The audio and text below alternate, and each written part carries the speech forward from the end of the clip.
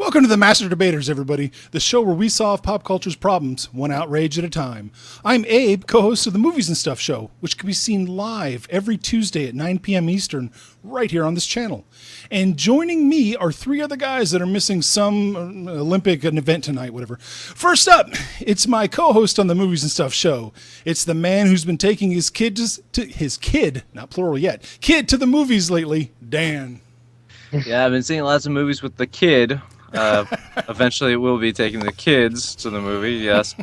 And I just got to say that I'm now tied for the most appearances on the MaSter Debaters show, so take that, Tom. Suck it, Tom. Second up, it's the guy who has a restraining order from Carolyn Monroe and Grace Jones.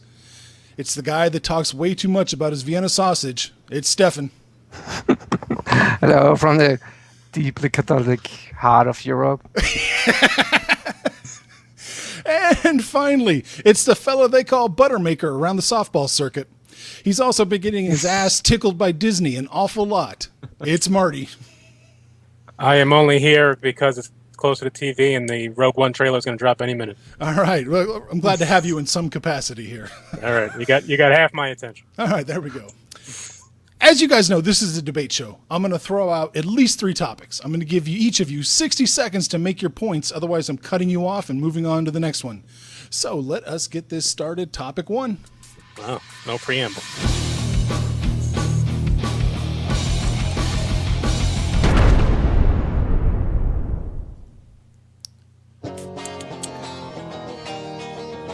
Technical difficulty there. There we go. No one would have noticed unless you pointed it out.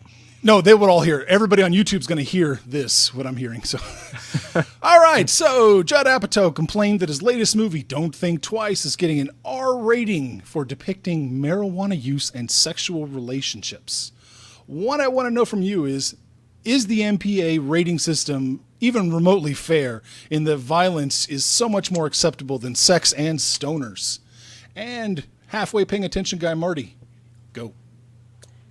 No, but this is nothing new. Judd Apatow likes to pop up every 6 months or so to complain about something. This is his new thing.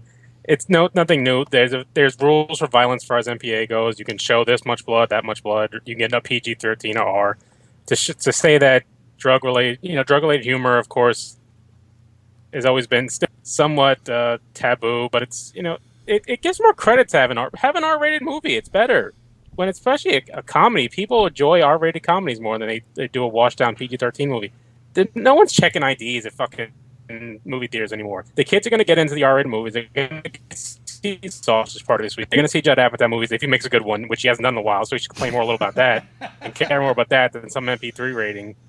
Not MP3, that'd be a weird thing. But MPA rating. That is not. It really doesn't matter anymore. The R ratings are minuscule issues, I think, at this point, as far as when you talk about streaming and stuff like that. People are happy to have an R rating. All right, Stefan, are you happy to have an R rating? Yeah, I don't know. I think the whole story about the MPA, if sex is seen as something worse than violence, I think that we could fill a whole hour with this discussion.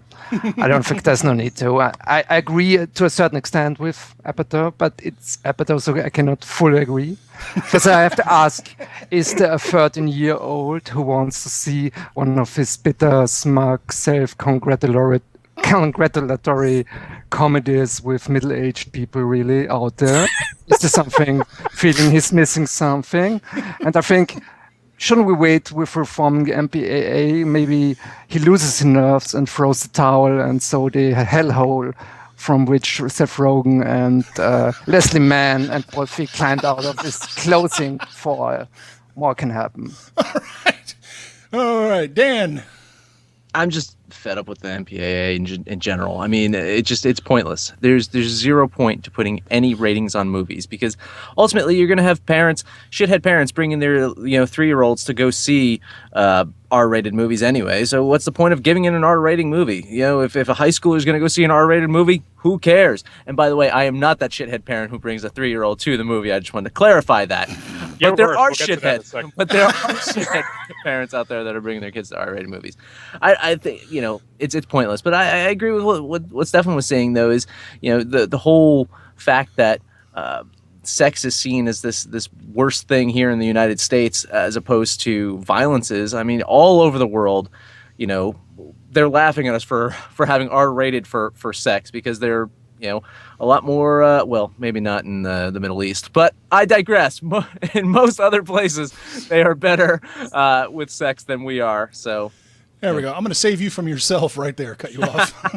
Most places are better with sex. That's a tagline. With sex in the United States. Well, no, I'm gonna clarify the point that I was trying to make. Is we've always had this taboo against showing sex or showing nudity, whereas for the most part Europe has been very open with it, and it's laughable to the degree of that we put this censorship on the quote-unquote nudity or sex that we put in our movies that get R-rated. And most places in Europe, they're just like, yeah, whatever. Is that true, Stefan? It's actually hard to answer because I think in Austria, still a very Catholic country, we do have, I think Europeans always pride themselves to be more open-minded, but if it's really true, I don't know. It's only partly true, It's... I remember a certain Austrian really who became governor running around naked on the beaches, and then people being cool with that. So, yeah, in that regard, I mean, I think if you go to France or go to France or Spain, yeah, I think the people and Italy surely more open-minded. Yeah, I mean, Europe is Austria is very Catholic. The British are not very known for being open-minded in that regard. So. Yeah, it's hard to generalize, but the Scandinavians actually very open-minded. Yes, I got you. Dan, what movie did you just take your 3-year-old to go see? 9 Lives. Mm-hmm. So, what were you saying about other parents that take their kids to bad movies? Wait, I said rated R movies. Still, that's far more damaging. Hey, listen. I'm actually going to do a review of 9 Lives, and spoiler alert, it's not as bad as people say it is. I'm just saying. There's more to 9 Lives was funnier than Ghostbusters was. Oh. Well, set the bar high right we're setting that bar. Yeah. Watching old people fall on the street is funnier than Ghostbusters. Just saying. Man. But Stefan brings up a good point. Is the MPAA, are they reflecting outdated views upon us, or are they actually reflecting Americans properly, you think? I mean, I think, me and Dan are both East Coasters. I mean, so we might have a different view of what's acceptable as far as ratings-wise. There's a whole middle of the country that likes Trump and doesn't like to have pot jokes. So maybe it's fine for them. Like I said, I don't think these ratings matter much. Seth Rogen was around doing interviews this week talking about how Sausage Party almost had an NC-17 rating because of the sex they showed between, hot dogs and buns. So he was able to get that down to an R, and I think that's an R-rated movie, so it should be. That shouldn't be PG-13. Yeah. And that selling point of that movie is it's an R-rated comedy. That's what gets people. People are excited when they hear R-rated comedy. They don't want a dumbed-down comedy with less swear words. That is a good point. I can't remember the last PG-13 comedy anybody got excited over. Not Ghostbusters, I'll tell you that much. How much more Ghostbusters knocking can we have? I mean, we let's get Jamil on for a little bit and kick him while he's down for a while. Well, Stefan came out of the gate calling the hellhole. You brought it up. Yeah. Good stuff. All right. Well, I guess nobody wants toothless comedies. Stefan was afraid he generalized too much. Marty did generalize too much. So that's where we're left with topic 1. And I brought my kid to a bad movie. There you go. I think that's a good place. We're just going to move on to topic 2. See if we can. And other countries do sex better. That's true. Yes, he did say that. Topic 2.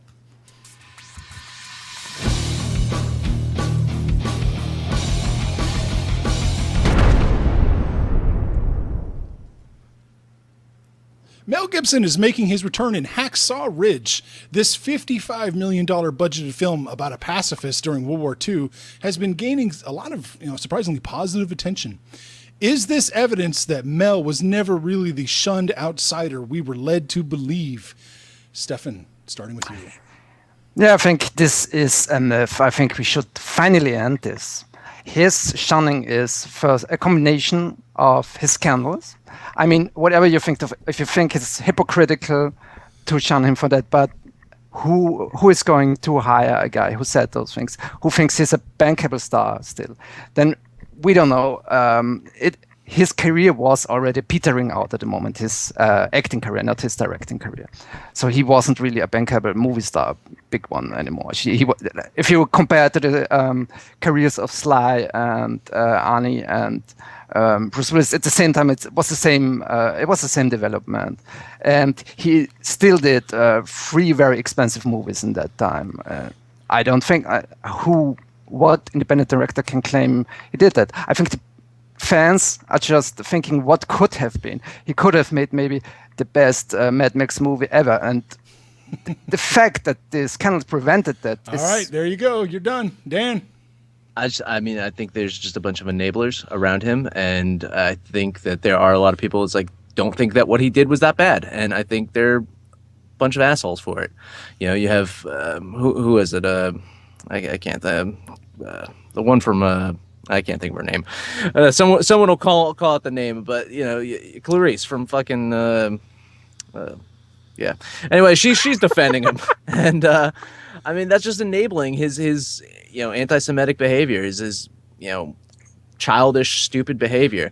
I think he truly wasn't shunned per se, but you can't really give him a bunch of opportunities that put him in the public spotlight because you're going to get taken to task for doing so.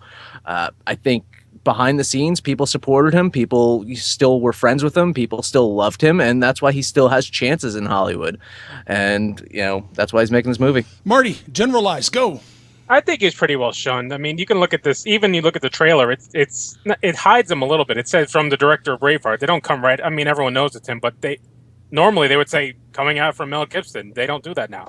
You look at his history. He hasn't made a major movie in over a decade. The last couple of things he's been, Arnold and Sly threw him a bone and put him in one of the Expendables.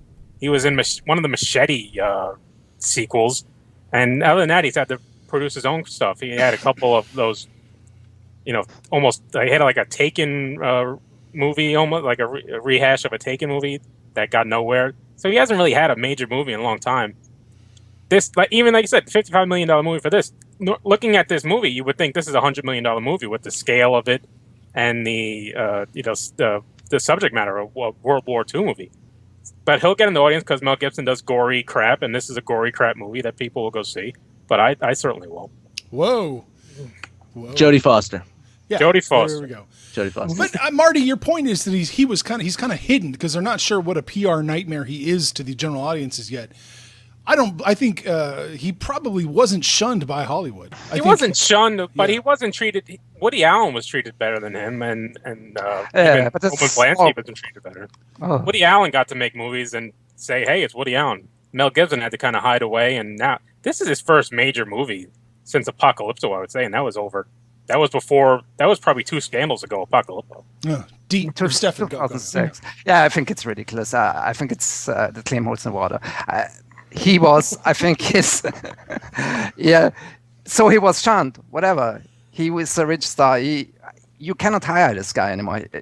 Somebody who said those things in public, you can't hire this guy. Nobody. You won't get a lot of people with that into your theater, and it's very understandable. And I think the role he had in Expendables and Machete Kills, I mean, that's actually the stuff Bruce Willis is almost, or Arnie or Sly are doing themselves. I mean, it's not. It's they have a little more high profile, and I think he shit the bed himself. Not only with his anti-Semitic rants and whatever he said, also with his behavior. I don't think he's easy to handle behind the scenes. The anti-Semitic stuff was almost forgiven. That was 10 years ago at this point. Since then, it's been the tapes with the girlfriend, the N-word stuff. Just his general asshole behavior. People put up with a lot of stuff. Yeah, maybe that's a good. Come out and apologize. He never even apologized, really. It was a good chance to shun him. He deserved it. I think I'll use some of your own logic to kind of counter-argue, Stefan, is the fact is that he wasn't a bankable star. I feel that if he was a more bankable star, people would have given a better shot at putting him in the spotlight. I think they would have, not shunned him. If he was able to draw in the crowds, maybe like Dwayne Johnson type crowds, I think it would have just been like, oh, he said some bad things, he apologized, and now here's his big movie. Yeah, I think that'd Lethal Weapon by now if he was a bankable person. Exactly, I think his career was already on the downward slide, and he just accelerated this with his own behavior, with the Jesus movie. I don't think he made a lot of friends with this movie. Just gotta accept it, and they just poured some oil into the fire with all this stuff with his Russian girlfriend, his Russian wife, and I think it's always Polanski and Woody Allen is brought up every time there's a discussion about Woody Allen about Mel Gibson, but I can see the point. But on the other hand, if sometimes the karma doesn't strike, shouldn't we be glad it does strike? At this point, though, we're just ranking shit. When you're talking about different situation, actually, shit, you're just ranking shit at this point. So there's people still line up to work for Woody Allen. Well, nothing was ever really proved. Yeah, but they're not Woody bringing Allen. their children to the set. It's proved that he married his adopted daughter. At one point, I have to give to the Mel Gibson fans it is maybe true. I think there are maybe people that are worse or the same as Mel Gibson out there and still have, but they just hide it better. Right, that could be tried, yeah. but it happened. What can you do? That's what I'm saying. I guarantee that there's a lot more people in Hollywood that have the same exact feelings as Mel Gibson, and they just hide it better than him, or they don't get drunk in public as much as him. Right. Yeah, but I'm glad his new movie is about a misunderstood Christian. This is really, really subtle. He sacrifices himself. I know someone who saw it. He said it was pretty good, but it's kind of that Braveheart, Passion of the Christ. Yeah, style his movies are flawless, and just over the top, violent, which is true to the tale, I guess, of World War II. But that's just too much that he does that at this point. I have no interest in seeing. I don't plan on seeing it. No, Andrew Garfield. I like Andrew Garfield. Yeah, Andrew Garfield. I got you. But you froze him. He's frozen. He's back. Yeah, he's back. See what happens when you start talking positive about a Mel Gibson movie. Abe just puts the freeze button on you where you can't talk anymore. God is not on Mel Gibson's side. Our friend Sean would call it a conspiracy. All right, Mel Gibson may be a homophobe, he may be a racist, he may be a sexist. I got to give him credit though. The motherfucker does know story structure really well. He's a great director. Great. Still have to do a DC movie then. Yes, that's what I'm thinking. Maybe we should just sneak Mel in. Yeah. I think he's not even interesting as a madman, I have to admit. Sometimes it's interesting to see into the mind of a madman, but he's just a fanatic. He's just there's a one-on-one. Yeah, I can get you there. He's a drunk racist. It's simple as that. He's a drunk racist. Right. And, when he's not drunk, then, He's no John Milius or something. Yeah, exactly. All right, guys. Mel Gibson. It's going to be interesting to see where his career goes from here. Where we're going is to topic 3. Dun, dun, dun.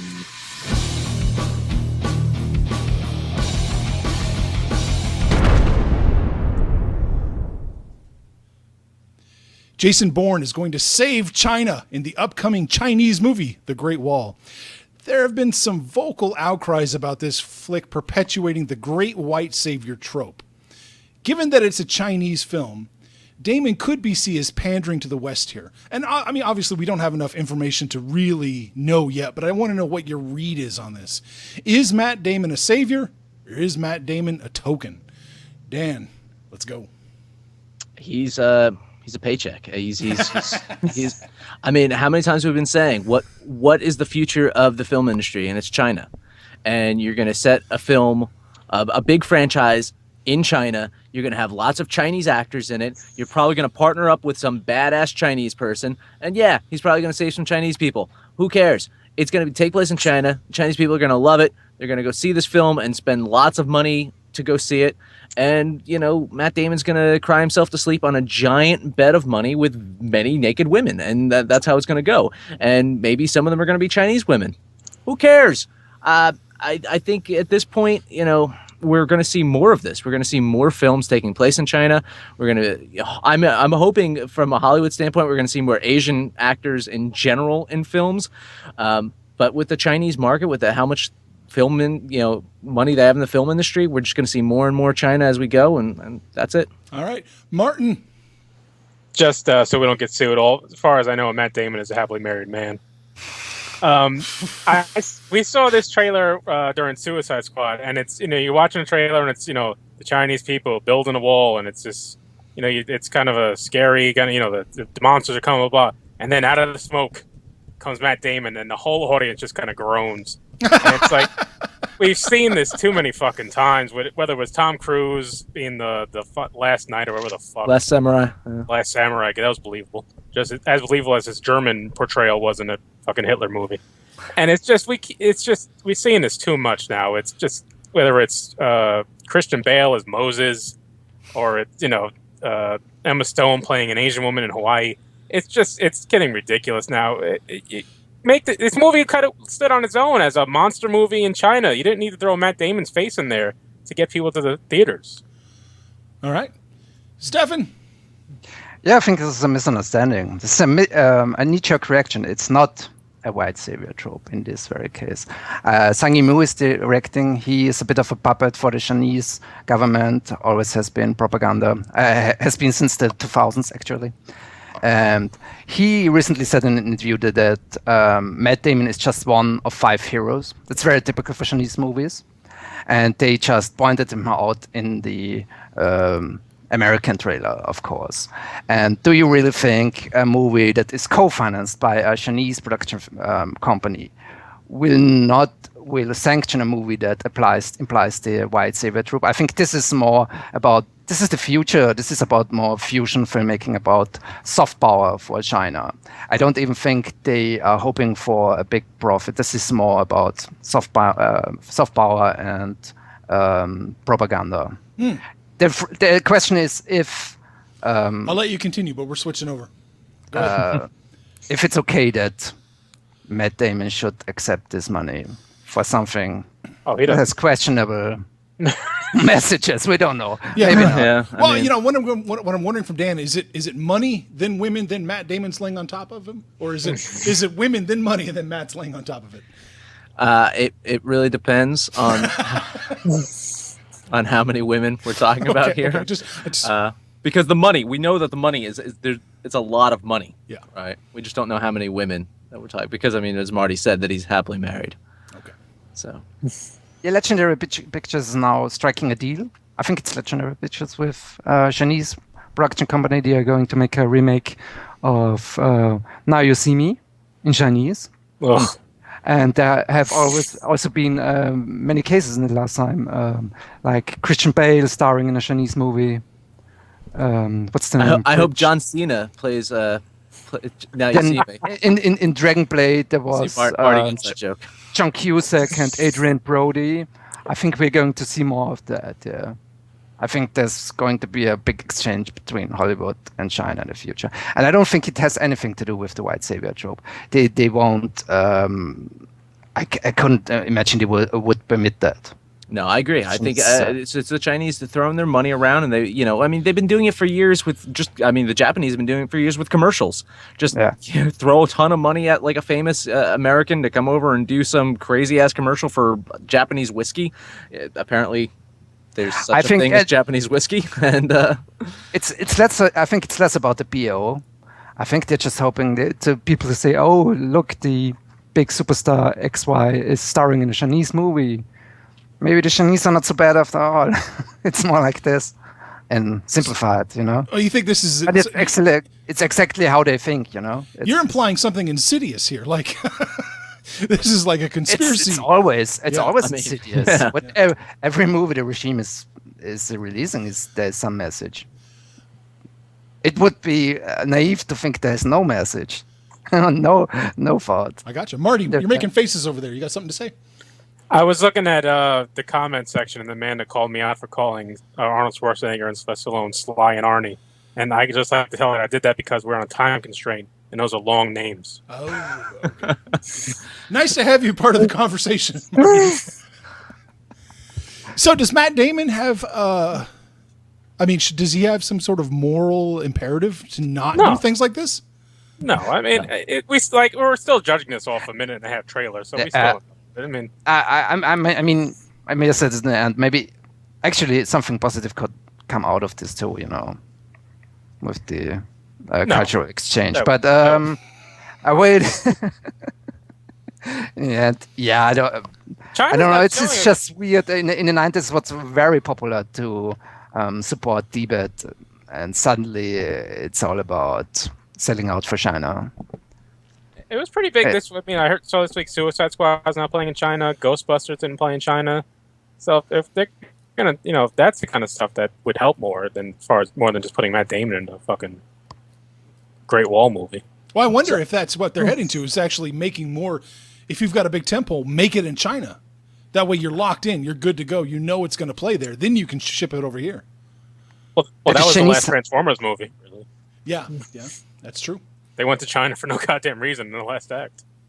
But it did a lot of money. They went to China for a reason, yeah. Oh, yeah. It's going to be interesting.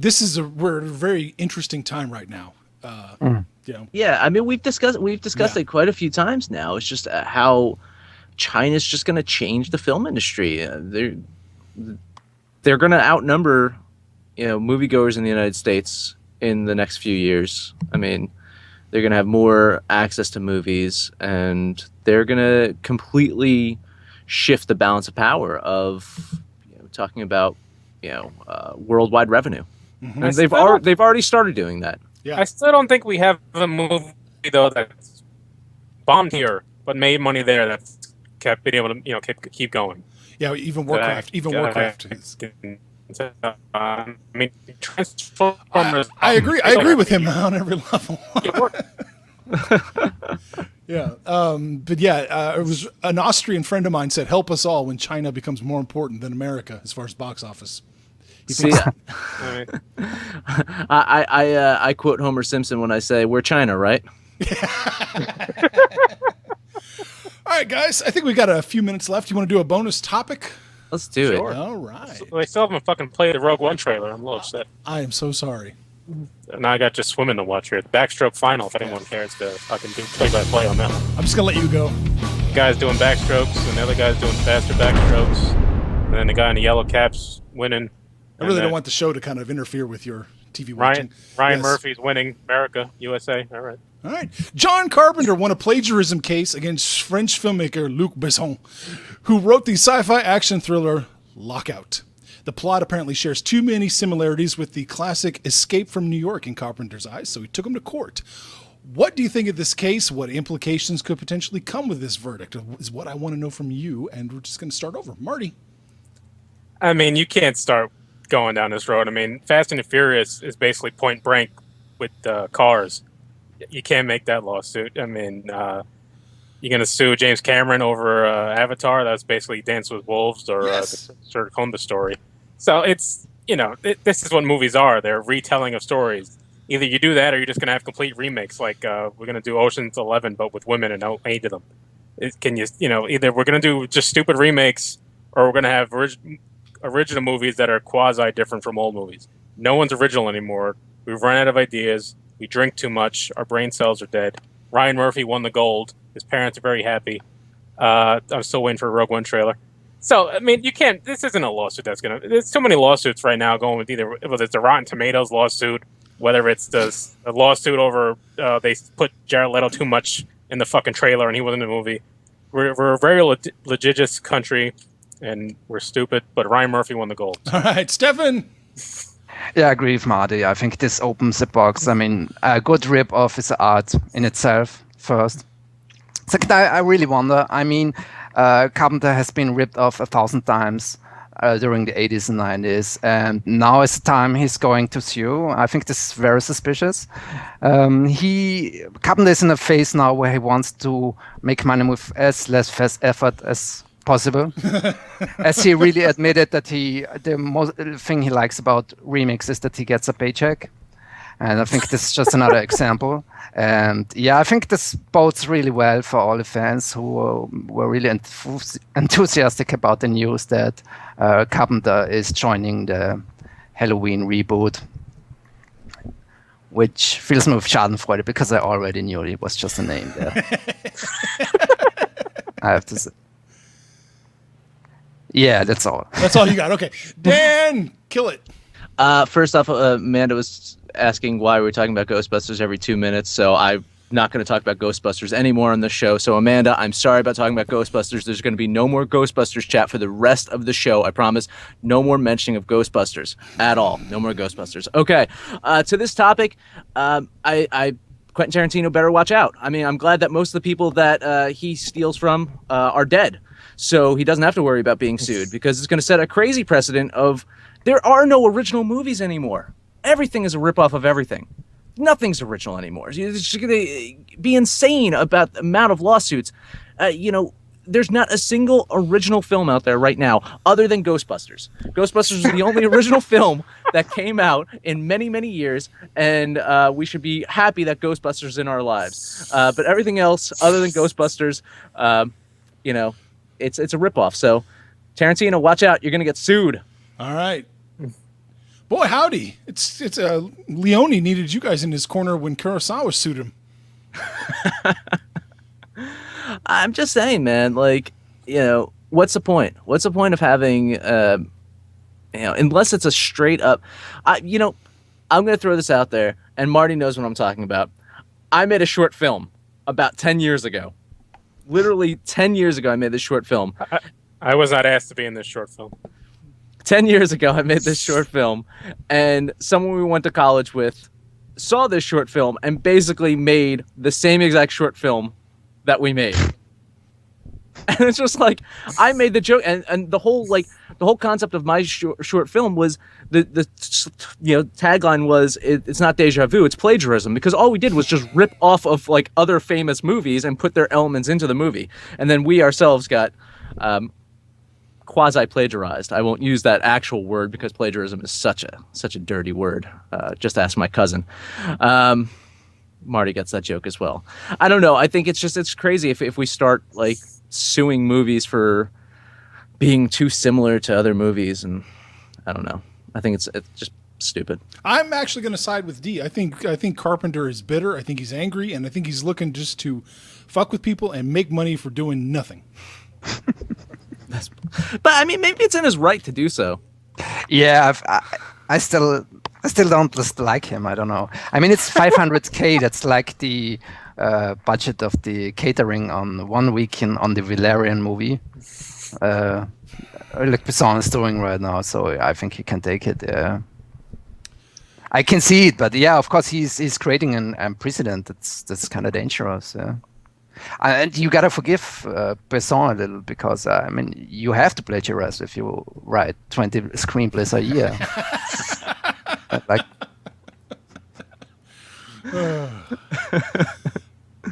which one was Lockout? Which is that the? Oh, it's the horror movie with Guy Pearce. They're ripping off Escape from New York. Oh, that's the one. Was that the one in space though? The one, the one Guy Pearce. Yeah. Yeah. I kind of like that one. Actually, the guy who made the Fortress 2 should have sued. It's more similar with that one. You know the one? Fortress with Christopher Lambert? Yeah, the second one in space. Oh, I didn't see the second one. Oh, that's maybe the only one. But I mean, seriously, you look at Fast and Furious, it's almost a shot-for-shot remake of fucking Point Break. So, I mean, how are you going to sue on that? It's just... there's so many movies that you can say, oh, it's just like the other one. But I mean... I'm serious. There's no precedent to sue on that kind of shit. A ripoff is an art in itself. I think all those ripoffs, Italian ripoffs of Mad Max and Escape from New York from the 80s, they're hilarious. They're great. Great watch. I mean, does Shakespeare still have like family that can just claim money on his behalf? Because I mean, how many, How many Shakespearean stories have been ripped off, and granted, how And many, he how many himself- stories did he rip off? Yeah, he himself, he plagiarized, yeah. It's unbelievable. I'm not a big fan of that either. I don't know where we're going, but yeah, Quentin Tarantino, he's got 2 movies left, right?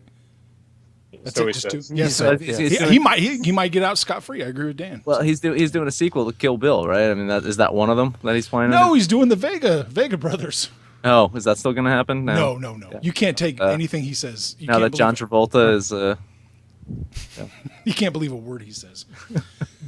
All right. That was a fun show. We do this every other Thursday. So if you guys happen by the show, come back in 2 weeks. It'll be And if fun. more people watch the show and more people like it, then maybe we can do it weekly. I didn't authorize you to say that, motherfucker. We also have shows that happen every week, like Movies and Stuff on Tuesday. What is happening on Movies and Stuff Tuesday, Daniel? I've got nothing so far. I'll figure something out. I thought Way we'd to- just bring... way to promo that one. Then. Yeah. Well, I thought let's just bring Marty on and make him dance for us the whole time. I can just come on and I'll just say what's going on in the Olympics. He just flip the channels and tell us what he's seeing. I like that. Stefan, you're still... We'll have something awesome. Oh, yes. Awesome. Way to oversell it.